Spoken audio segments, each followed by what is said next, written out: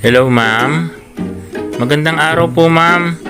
Courier po ito, ma'am. Magdi-deliver po ako sa inyo, ma'am. Itatanong ko lang po, ma'am, kung available po kayo ngayon mag-receive, ma'am. Para, ma-deliver ko sa inyo yung order nyo, ma'am. Tatanong ko na din po, ma'am, kung ano po yung, ma'am, landmark, ma'am, para mabilis kong malocate yung area nyo, ma'am. Ano po? Mayroon pong maliit na tulay. Tapos, doon po kayo sa dulo, ma'am. Sige po, ma'am. Tatawagan ko po kayo, ma'am, pag ma'am, nandoon na po ako, ma'am, sa area, ma'am. Sige po. A little longer than a few minutes later. Oh shit!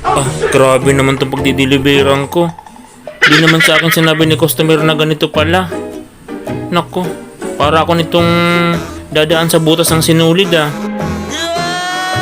nang gagawin ko? Grabe naman to. Tawagan ko nga si customer. Hello, ma'am.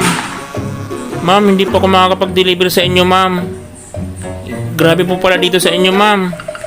Hindi niyo po sinabi, ma'am. Hindi po ako marunong lumangoy, ma'am, eh. Oh my god, who the hell cares?